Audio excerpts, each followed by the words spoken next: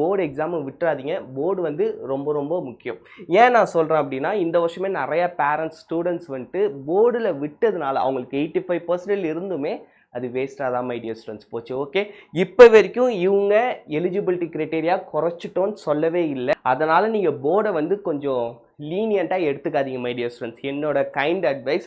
So இவங்க மாற்றுவாங்க, அவங்க மாற்றிடுவாங்கன்ட்டு மாற்றிட்டா சந்தோஷம் தான், எனக்குமே சந்தோஷம். ஏன்னா நிறையா பேரண்ட்ஸ் வந்து 74.5 அதெல்லாம் வந்துட்டு ரொம்ப கொடுமை மை டியர் ஸ்டூடெண்ட்ஸ். முன்னாடி பார்த்தீங்கன்னா எனக்கு தெரிஞ்ச ஒரு பையனுக்கு வந்து 72% எடுத்துருந்தான். ஸோ இம்ப்ரூவ்மெண்ட் எக்ஸாம் எழுதுனா, அது இம்ப்ரூவ்மெண்ட் எக்ஸாம்லையும் பார்த்தீங்கன்னா நீங்கள் ஒரே ஒரு சப்ஜெக்ட் தான் மை டியர் ஸ்டூடெண்ட்ஸ் அப்ளை பண்ண முடியும்.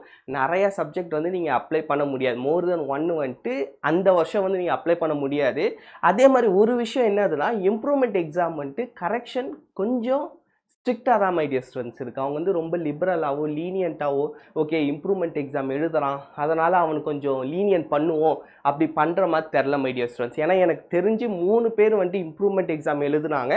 எல்லா ஸ்டூடெண்ட்டுமே என்கிட்ட கான்ஃபிடென்ட்டாக சார் கண்டிப்பாக அடிச்சிருவேன் சார், நான் வந்துட்டு சூப்பராக எழுதியிருக்கேன் சார், அவ்வளோதான் சார், எனக்கு ஜஸ்ட்டு 10 மார்க்ஸ் தான் சார் வேணும், எனக்கு மோர் தென் 20 மார்க்ஸ் வரும் அப்படின்னு ரொம்ப கான்ஃபிடென்ட்டாக இருந்த பசங்க கூட இல்லை சார் வரல சார், பாயிண்டில் போயிடுச்சு சார், 0.2% சார் போயிடுச்சு சார் அப்படின்ட்டு ரொம்ப வருத்தப்பட்டாங்க. ஸோ அந்த மாதிரி நீங்கள் இந்த வருஷம் வருத்தப்படக்கூடாது மை டியர் ஸ்டூடெண்ட்ஸ். அதுக்காக தான் உங்களுக்கு இவ்வளோ ரெக்வஸ்ட்டாக சொல்கிறேன். ஸோ நீங்கள் எந்த அளவுக்கு ஜேஇ ப்ரிப்பரேஷன் ஃபோக்கஸ் பண்ணுறீங்களோ அதில் 75% நீங்கள் கண்டிப்பாக போர்டு எக்ஸாம் கொடுத்து தான் ஆகணும்.